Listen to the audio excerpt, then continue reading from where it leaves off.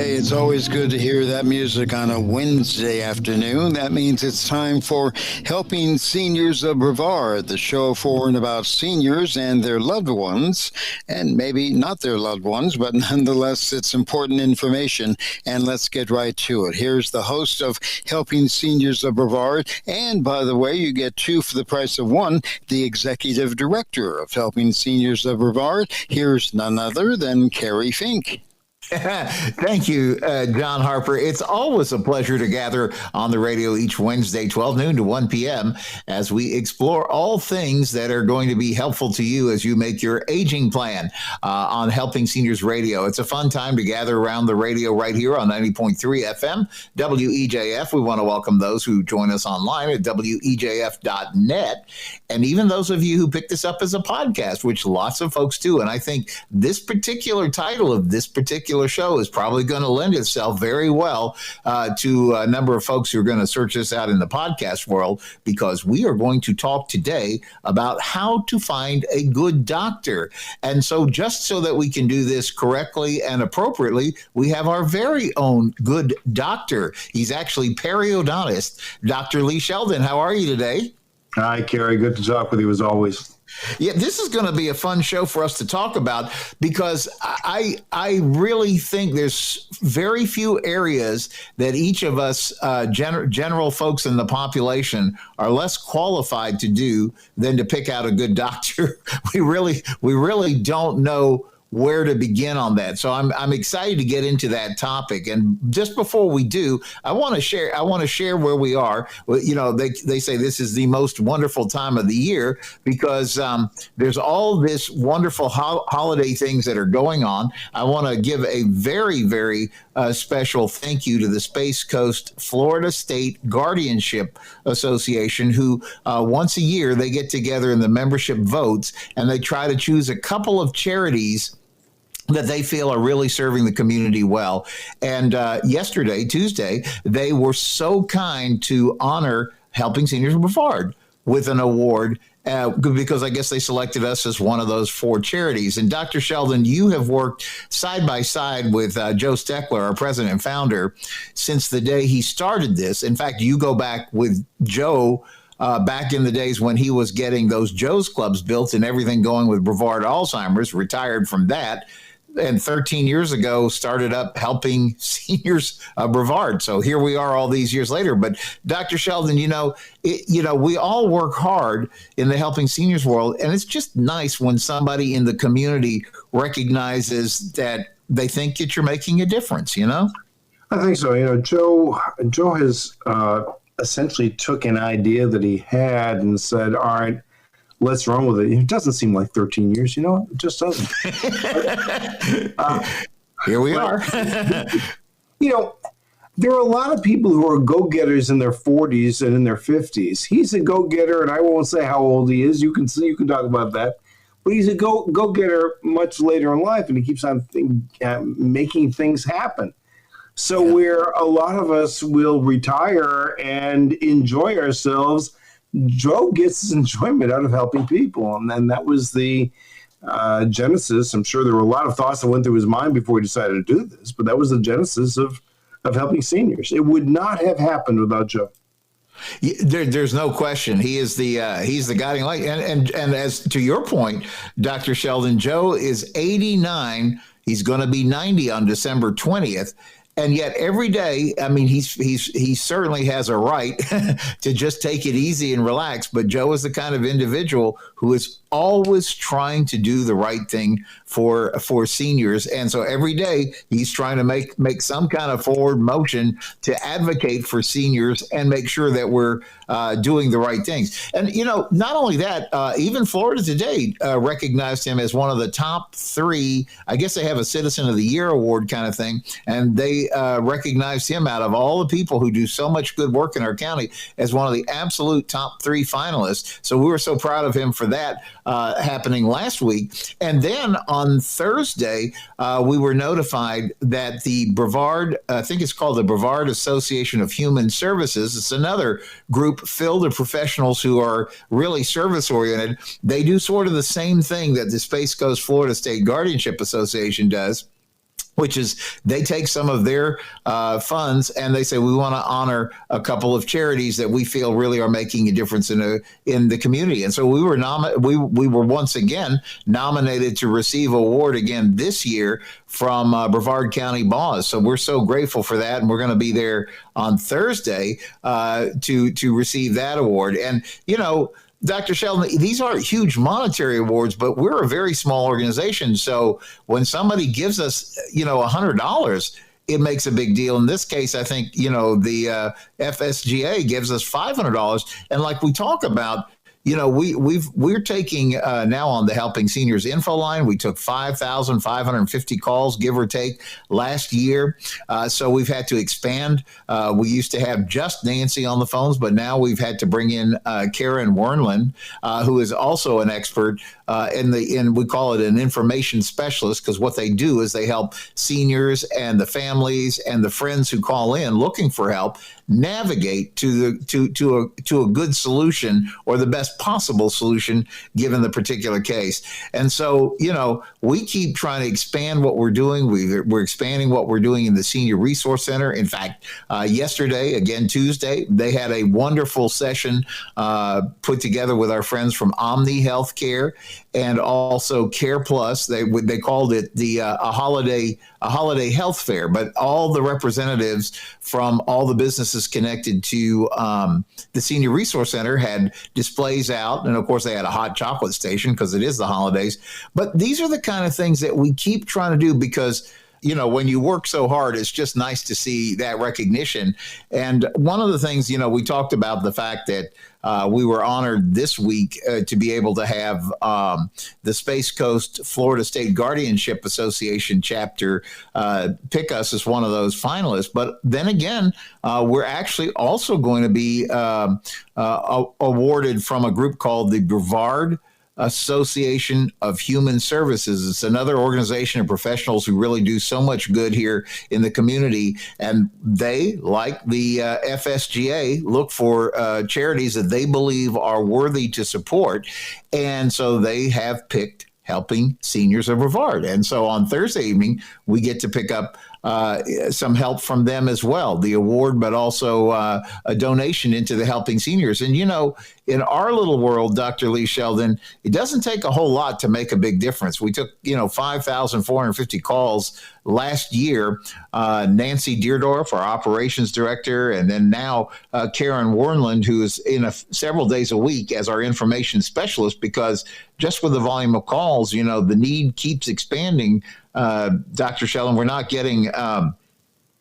getting fewer seniors. We're getting more seniors, and they're moving into the area, and they all have questions. And that's why I'm so excited about getting into the heart of today's show. I was joking at the top of the hour. I said, how to find a good doctor, and we have one right here, noted area periodontist Dr. Lee Sheldon. The reason that I say that is because, Dr. Sheldon, not only are you a great source of education and information in our community, you take time, you've been generous with your time for years, helping us with television shows, radio shows, different things, columns in the Senior Scene magazine to help people understand what's going on with their mouth. You wrote a book, The Ultimate Mouth Manual, and then practices from all over the country look to you for guidance and expertise on, I guess, how you would be a good doctor or how to be a good doctor. But I guess where I wanted to start was asking you the question, like, for most of us, we're probably the least qualified individuals in the world to try to figure this out. Where do we even begin? Kerry, it's something that we face not only with doctors, we find that with any service people. Who are the good service people to go to? And so some of the rules we're going to talk about may be universal, maybe not. But there's certainly rules. And by the way, the rules have changed. And so depending upon your age, you may say, well, I already knew that. Or some of you may say, well, I didn't know that. So let's go to the first item. And the first item that I'm going to cover is get referrals from people that you know and trust. Now, that's universal. That's been going on for ages. And it's still true. If we're talking about a dentist, there's two things involved. One is the ability of the dentist to be able to listen and to come up with alternatives that will meet your budget, that will be predictable. So that's one side of the equation. But unfortunately, only a dentist knows the quality of the work. Once it goes past the lips and it goes in, if it feels good, it's okay. And so part of that is okay. But you have to have some kind of other way of judging. That being said, if people have had a successful experience, and I'm not talking about just a one visit and he seemed nice, it's I've been with the dentist for years and he or she is really taking care of me, that can go a long way. That makes a big difference. So it's not just getting the referral, it's making and finding out how long have you been with that dentist? How well do you know that dentist, and that can go a long way towards finding a reliable person, and that would apply for physicians as well. Yeah, I was thinking it actually has a lot to do with not only doctors, but any professional. I was thinking what you were saying reminds me if you don't know where to take your car when something is going wrong, I like what how you said it, people you know and trust. You're going to ask a neighbor, so where do you take your car, and you trust them that they're not going to, rip you off or something like that. But the same really does apply, right, for almost any kind of professional services. I know when people call the Senior Information Helpline at free call at 321-473-7770, they're calling and they're looking for referrals. But the reason that they're calling us is they know, A, we're not for profit, so we're not trying to do anything other than get good information in the hands of seniors and the folks that call us, but also they trust us to maybe navigate them to a solution that makes sense. So what you're saying about getting referrals from people you know and trust probably is only amplified when you're talking about the medical world. I think so, and the navigation is important, but let's cover one other aspect for helping seniors, and that is the fact that when you become a supporter of helping seniors, it means you're committed and you have a reputation. Because Joe doesn't accept everybody. We don't accept everybody into helping seniors abroad. That's right. It has to be an organization that has a track record, and with people that we know and trust. And so that does give a certain level of assurance. And that doesn't mean that you don't have to interview the provider yourself. Not everybody's a good match, but at least you've got an organization that has vetted people before they make recommendations to you.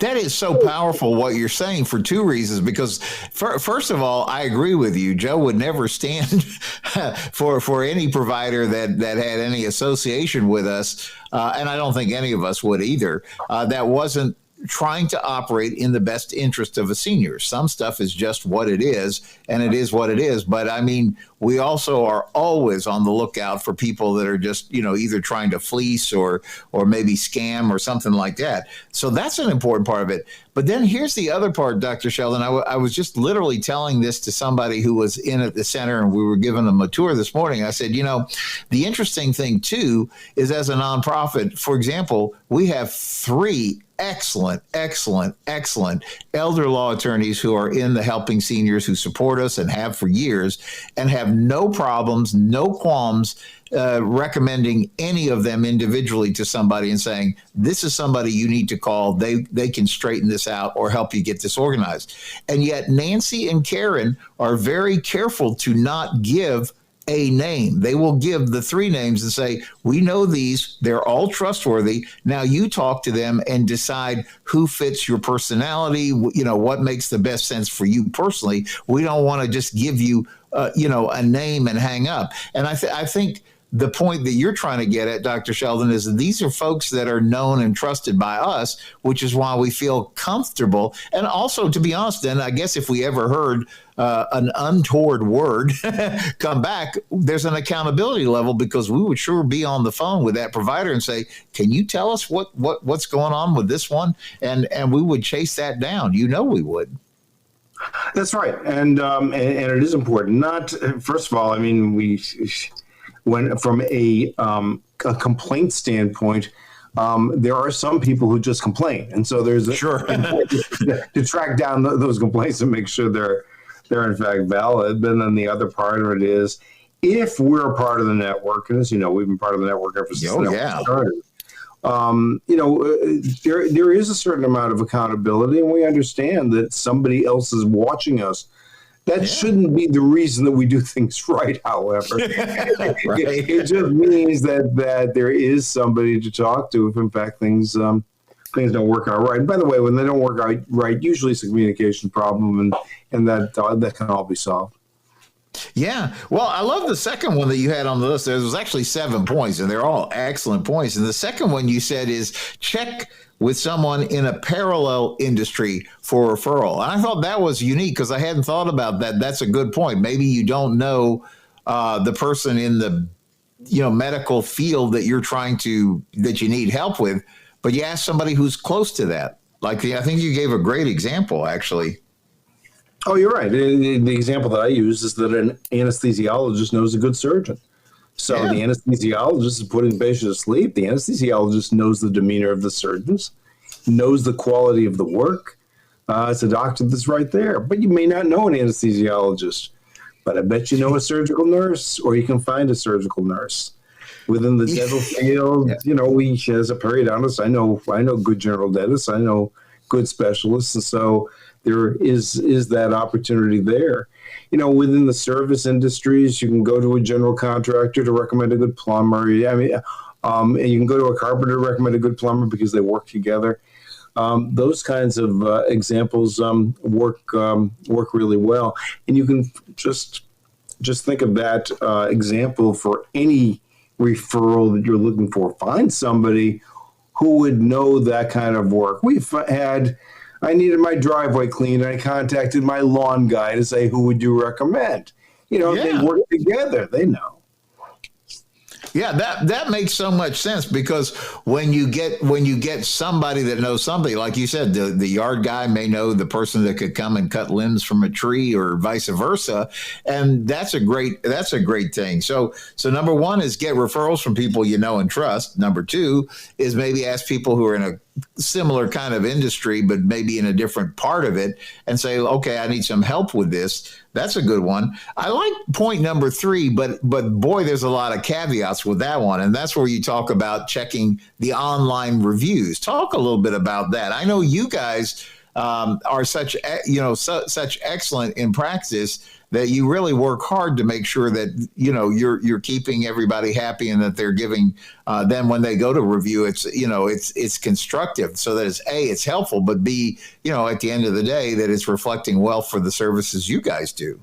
It's true. Anybody can do a review, and most people, if you have Gmail, you can do a Google review, and the Google reviews are by far the most popular reviews, but there are other organizations as well, Yelp being another one, although Yelp isn't nearly as popular here as it is in other communities. So if you're looking at, for example, dentist or something, I'll use my own. You can look up dentist, or you can say dentist near me. You can say dentist Melbourne, whatever you say, and you'll be able to see the number of people who are listed and see what the reviews are. And if you have a number of good reviews, if people will take out the time to write those reviews, then it really means something.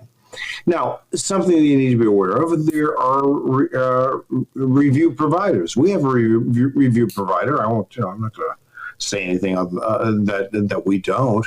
And so when patients see us, then within 24 hours, there is a service that will send out a question as to whether you would like to leave a review for the doctor, which is good. Now, understand that we thrive on reviews. I can't tell you how many people, even in a referral practice, and we have patients who refer to us, but we also have patients that come in that aren't referred to us, as you know, but they've been referred to a periodontist, and rather than go to the periodontist that they were referred to, they sometimes choose us. Why? Because they checked our online reviews. And so Google reviews becomes a very, very important item for a business, or for a medical or a dental practice. It does make a difference. So on the one side, yes, we encourage reviews. On the other side, If there is a review service, understand that when you're replying, if you are willing to give a 4 or 5 star review, your review will go through to whoever the agency you're going to use, let's say Google. If your review is lower than that, then it will go directly to our office so that we can handle the problem rather than being published. So, there is a screening device that many of us use to make sure that things work out. Now, you can go directly to Google. If you have a Gmail account, you can look up the business and you can write a direct review directly to the business and bypass that particular service. But many of us use those kinds of services in order to encourage more reviews to come in because it means something for our business, as well as to get honest to goodness feedback to make sure that we're doing the right thing.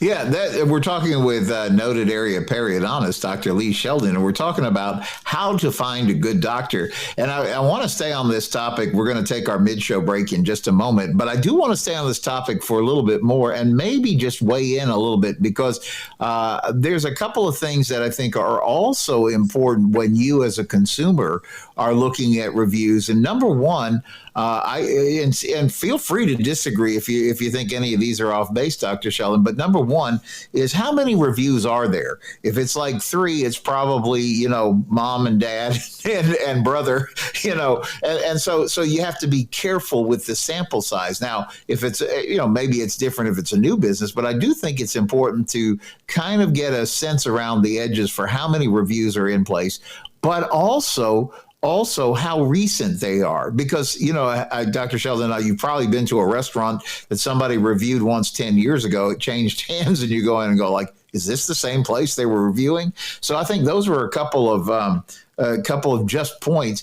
And then I'm also very, very skeptical of those people who go in and put 1-star reviews, not because they don't necessarily have something important to say or point out, but a lot of times you can just tell there's other issues going on and it's a case of sour grapes that doesn't really have anything to do with the business. I mean, you see this a lot more than I do even, but I just get your comment on it before we go to the break. True.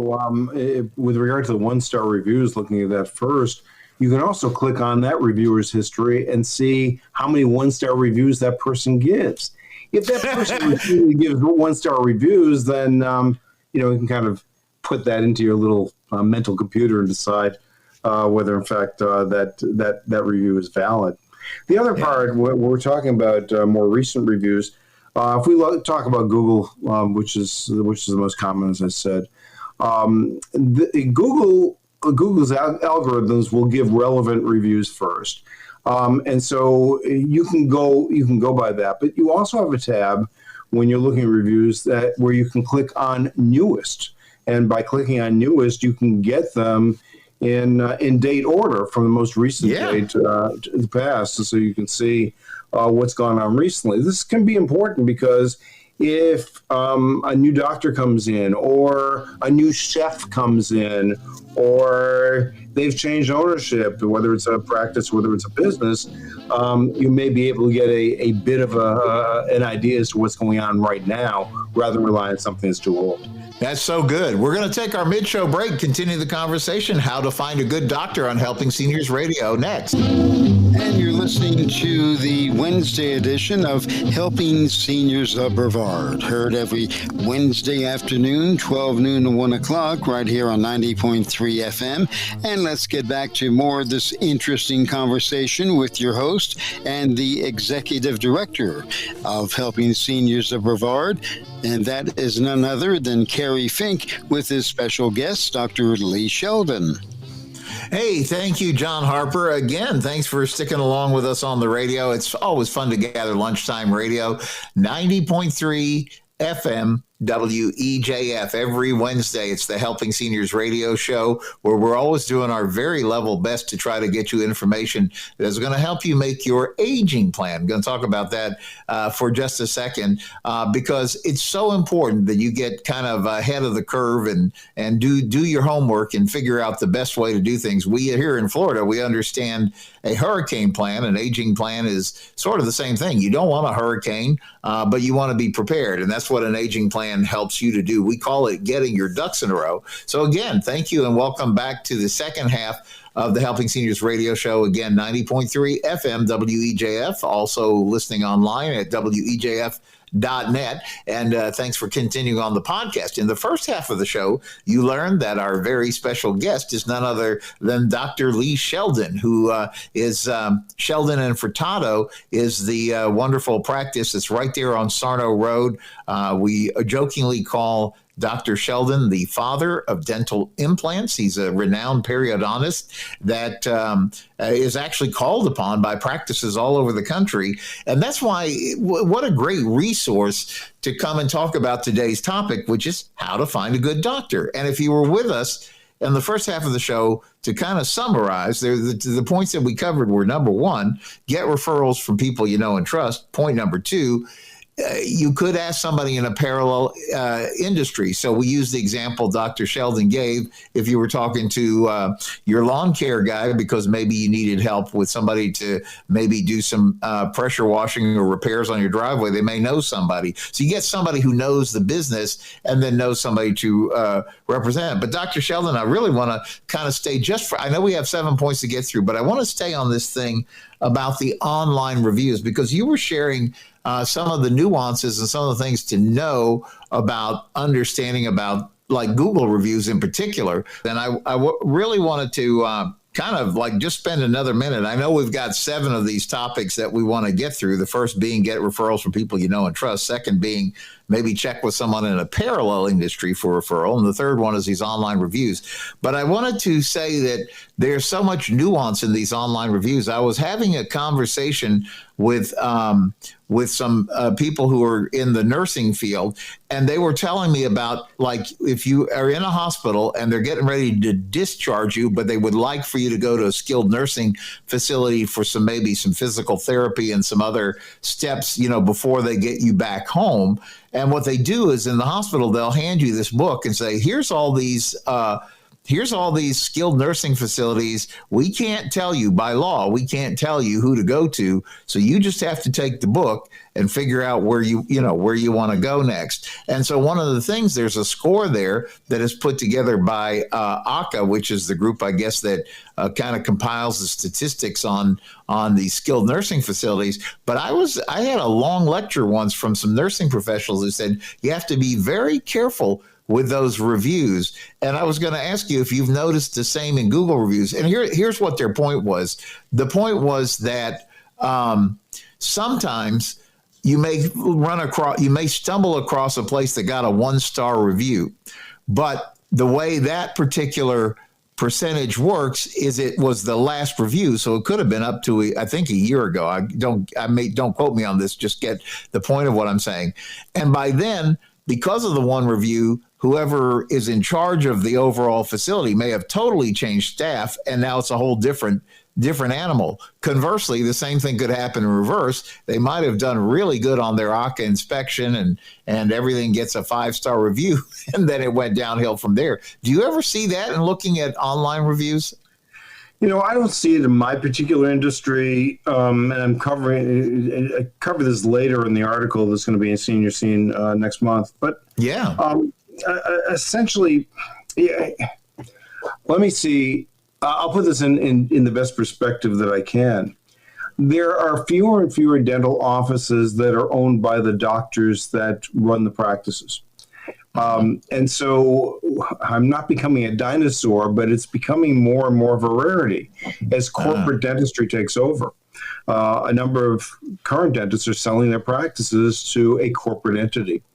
And when you sell the practice to the corporate entity, there are changes in the business practices, or there are potential changes in the business practices of that organization. It's no longer the doctor setting the tone. Now, that can be better or that can be worse. In other words, if a doctor isn't a good manager, or the doctor doesn't have a good manager and the doctor and the manager work together well, as Danielle and I do, then there could be changes. At the same time, a lot of doctors want somebody else to manage their practice. And this has happened in medicine almost universally. a lot of doctors want a manager to run the practice and want a corporate organization because they don't want to have to worry about setting policy or HR problems or personnel or any of that type of stuff. They just want to be doctors. And so they turn that over. And so depending upon, turn that over to a separate organization. And depending upon the quality of that separate organization and the quality of the doctor, you could be doing better rather than worse. As you know, and as you talked about, we're consultants, and we're consultants for practices that have decided to stay independent of corporate dentistry. And so there are doctors who are trying to learn how to be better managers. It is more difficult now than ever before with all of the constraints, the legal constraints, insurance constraints, and things like that. It's more difficult than ever to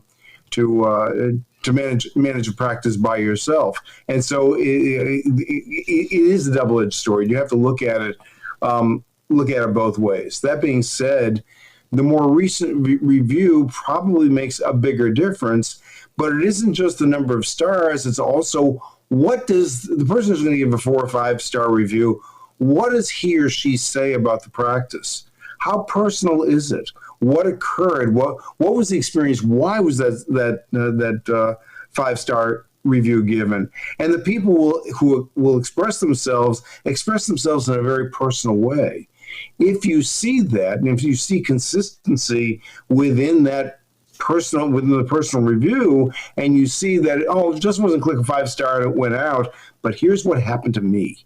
Here's what she did. Here's what he did. Here's how they listened to me, whatever it was, then the verbiage or the narrative may be as important, if not more important, than the number of stars. So item 4, Kerry, is arrive at the doctor's office with a prepared list of questions and ask them.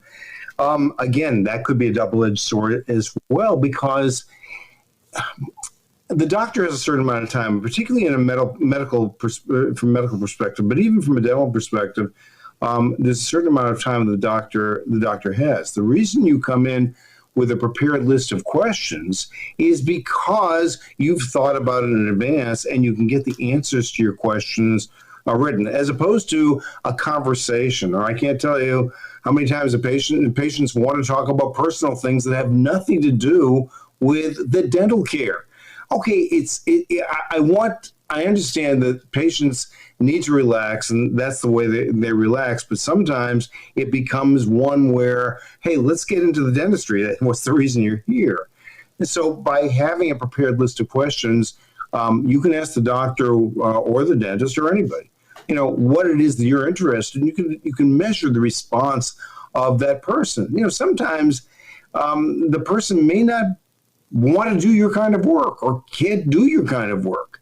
Well, if you ask the kind of questions that you need, and particularly in the dental realm, can you give me some pictures? Can you give me some ideas as to what's occurred with other patients? You can get an idea as to whether the patient is going to do, can do your kind of work. When it comes to major cosmetic work and that type of thing, pictures, of course, is the most important thing. Instagram has become more and more popular and more important for us, for our practice. But by preparing the list of questions, then there isn't so much thinking or what's my next question going to be. You've thought about it for about a half an hour in advance before you walk in, and that way you're respectful of both of the doctor's time, and you'll get your questions answered, and then decide whether this person is the person for you.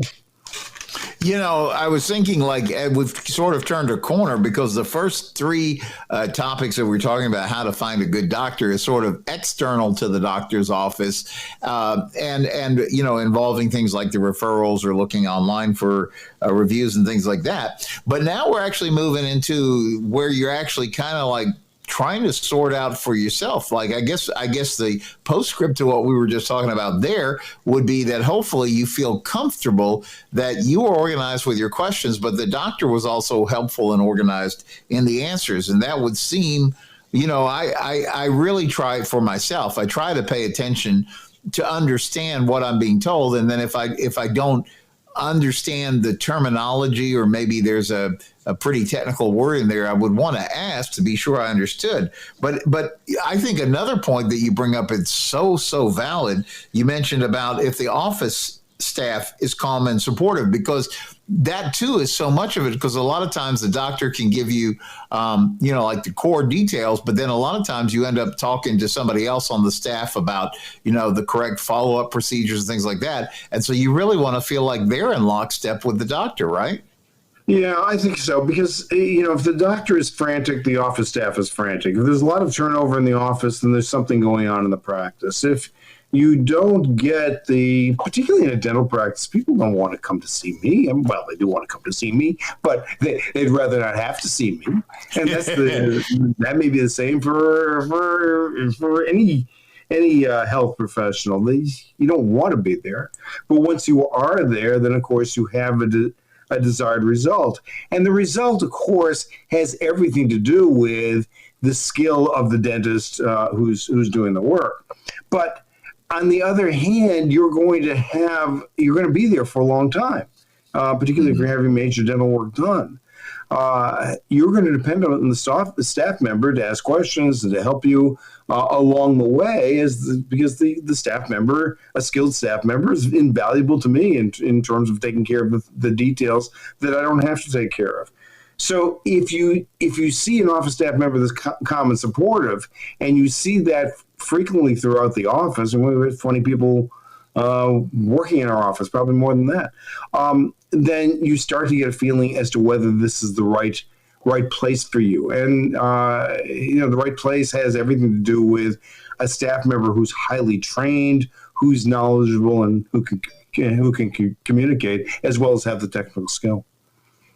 That so clicks into the very next point number 6, is the doctor listening to you. And I thought, you as the patient have a real good responsibility, just like you had pointed out, Dr. Sheldon, that you should arrive at the office with your list of questions so that you can be respectful of the doctor and the medical professional's time and the appointment time and all of those things that are so important to keeping everything on track.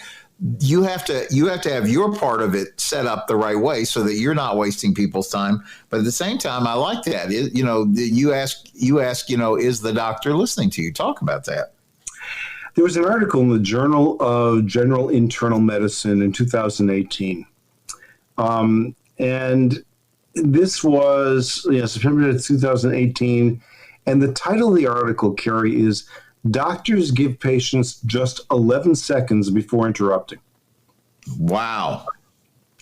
So what this group of doctors did was to go to three different places, I believe. I forgot. Interviewed 112 patients, their doctors, and they looked at, not interviewed, but they looked at their consultations.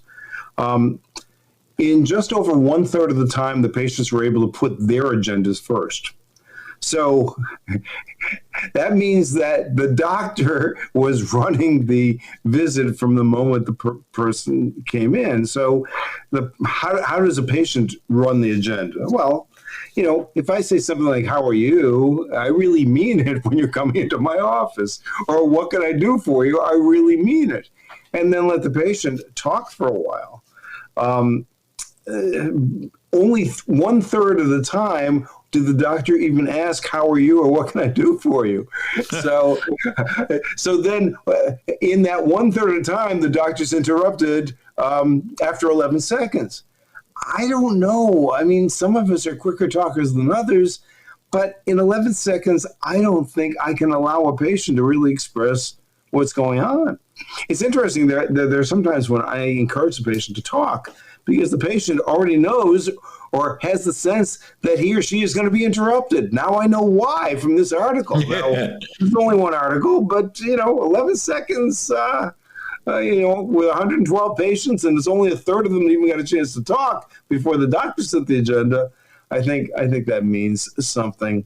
Now, understand that in our practice, which is a non-insurance practice, I'm able to set the agenda because I've also chosen the type of patient who chooses to see me.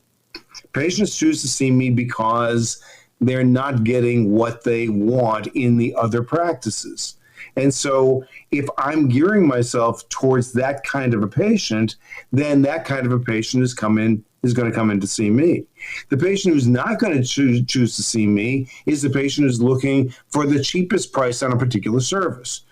It goes hand in hand. If I've chosen to run my practice in the way I do, then the first thing I'm thinking of is, what's the best way in which I can do this service? And then I know what the cost of that is to do it the best way I can, and then I attach the price to it. If the price is attached first, and the price is, let's say, lower than mine, then the first thing that I'm looking at is, how can I make this work? And so I'm thinking about this differently, and I'm paid for my time. So that's the reason why patients can feel rushed. They're paid for their time, particularly in a medical setting when you're paid very little for an examination. Sometimes you just don't, you can't make your practice work by allowing the patient to talk too much. And so doctors are very aware of running on time because they're also graded on whether they ran on time. Their supervisory organization wants to know if they kept the patients waiting more than 15 minutes. And so they have to rush the visit along. So it's quite a balancing act. And that's why in our fee, we call our practice fee for service. It's really fee for outcome. Then I can gear it, and Matthew and Michelle can get it. The two doctors in our practice can gear it because they know that they're going to be able to work with patients who really appreciate the highest level work that they can provide. Yeah, and then there's a seventh point that you bring up, which is, do the doctor's recommendations make sense to you? Yeah, that's something, whenever you want to get somebody to feel that they don't know anything, say the word, well, this is very complex. Yeah. If it's very complex, then the next statement is, well, how can you make it simple so I can understand it? There are very few. If you've got a non-solvable problem, then the more complex it is, the more non-solvable it is. And the more you're relying on that professional to be able to go through the steps 1, 2, 3, 4, 5, 6, 7, 8, 9, 10 in order to take complexity down to simplicity. The importance of a treatment plan. Okay, so from a dental perspective, I've done my examination, done the x-rays and all that kind of stuff. And I've looked at the patient and I've said, all right, in order to be able to accomplish the result, we need to do it in this order. Step 1, step 2, step 3, step 4, all the way to step 10 or step 15. Then we're making the complex into simple because we've taken the steps in the correct order of treatment in order to be able to achieve the result. If I look at it and say, well, I'm not sure, or I don't know, or whatever it is, then of course we're not able to achieve that result. You see that in dentistry a lot, Kerry, and we've talked about this a lot, with the number of people who have said, I've been told nothing can be done but extract my teeth and do dental implants, or extract my teeth and do dentures. That is a simple approach. Extract the teeth, start all over again is a very simple approach, when in fact taking a more complex but ordered treatment plan will give the patient a better result, perhaps without extracting the teeth. All right. Well, we've been talking with Dr. Lee Sheldon, and the conversation has been how to find a good doctor. Dr. Sheldon, if somebody wants to get in touch with your office, what's the best number to get connected there? Just give our office a call, 321-259-8000. Tell them you heard me on Helping Seniors of Brevard, and just say Helping Seniors of Brevard, and you'll be able to come in for a $50 donation and get all the x-rays, CT scan, everything for a $50 donation to Helping Seniors of Brevard. Yeah, and I trust that you will find them to be very good doctors. I'm smiling, Dr. Sheldon, because I love the fact that you do that program, the Solid Bite Gives Back, where somebody is able to literally make a $50 donation to Helping Seniors of Brevard through your office. They make the appointment. and then they have the opportunity to really get a comprehensive dental evaluation so they can have all their questions answered. Well, that's the time we have for the radio show today. Thank you for joining us. We will see you next Wednesday right back here, 90.3 FM, WEJF. Have a great week till then.